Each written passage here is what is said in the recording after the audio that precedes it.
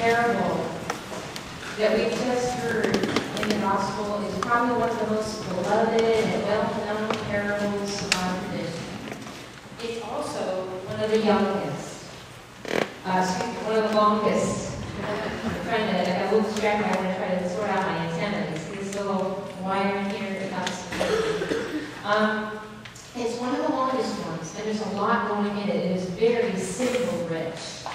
And a lot of the symbols, a lot of the allegory in this tale would have been absolutely translatable as symbols to the people who were hearing it, because it specifically directed a lot of it to the Pharisees and scribes, or those people who represent the ancient Hebrew tradition from which Christ himself came. He was raised in that tradition.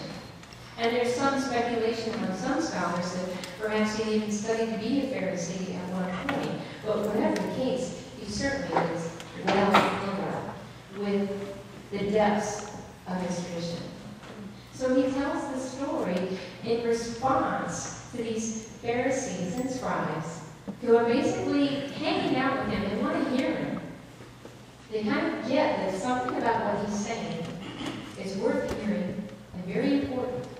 So they've only demonstrated a certain willingness to depart from their own tradition, a certain openness to the idea that Jesus has something very important for them to hear. But they're not able to quite bridge it enough to understand fully what he's about.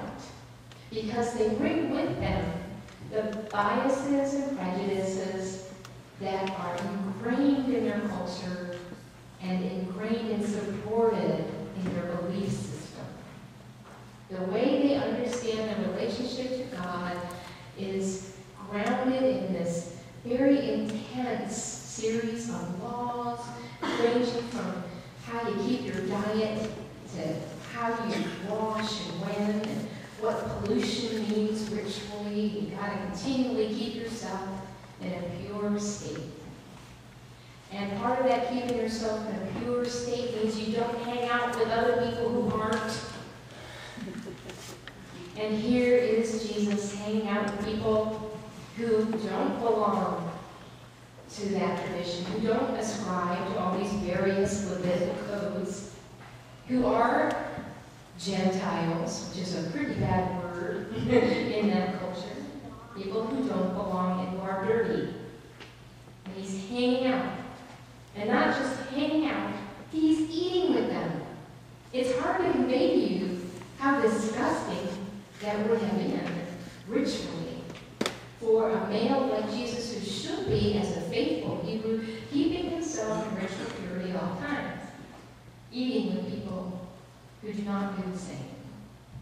And so they're grumbling. They're not quite able to overcome the biases and prejudices ingrained and cultivated in their belief system.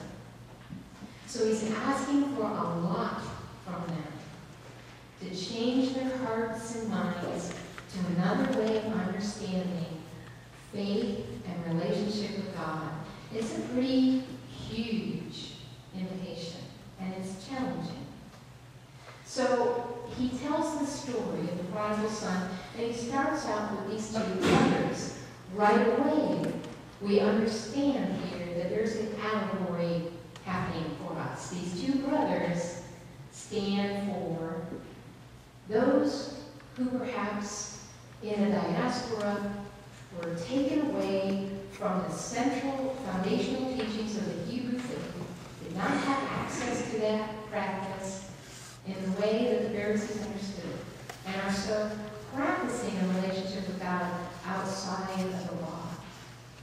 So we have a brother who is the younger, who is practicing outside the faith and law, and the older brother, or the older tradition, the Pharisees represent this older brother, who has been faithfully dedicated to living their faith and their tradition the way they understand it as the essential relationship to God.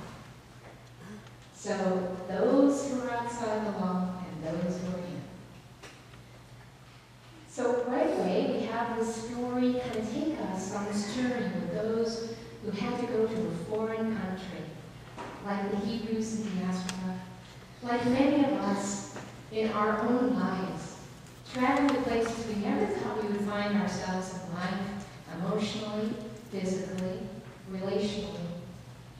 Going to these places and having those perhaps in our lives who also feel that we've absolutely gone astray. And they are ready, so ready to tell us how we have erred. Oh my goodness. Even people of great and deep faith can be there saying to us harmful messages, even if they believe they are saying it with love and concern. Messages that can wound. I remember a dear friend talking to me about how it wasn't until her late adulthood that she found a church environment where she felt that she could just be and not be kind of judged for how she was or wasn't. She stayed away from organized religion and churches for a long time. And finally coming to a place, an experience of a community that was able to set that aside and just kind of be in the messiness of life together. That's a precious community to have, and a hard thing to achieve for any faith community. Now, this younger son, the images of him going off and having his experiences and getting into feeding the pigs, the image of the pigs has two symbolic references to be aware of. The first is absolutely was a food and an animal associated with the Gentiles because pigs were not pure or good food to eat. They are not acceptable in Levitical culture, and you would not have anything to do with those if you were a good Hebrew. So he's hanging out with the wrong people. He's been dissolute. And we have this moment when he first comes to his father and says, I want you to give me what is mine. The only time in Hebrew tradition when sons would inherit from their fathers is after their father was dead. So he's essentially saying to his father, I wish you were dead. Give me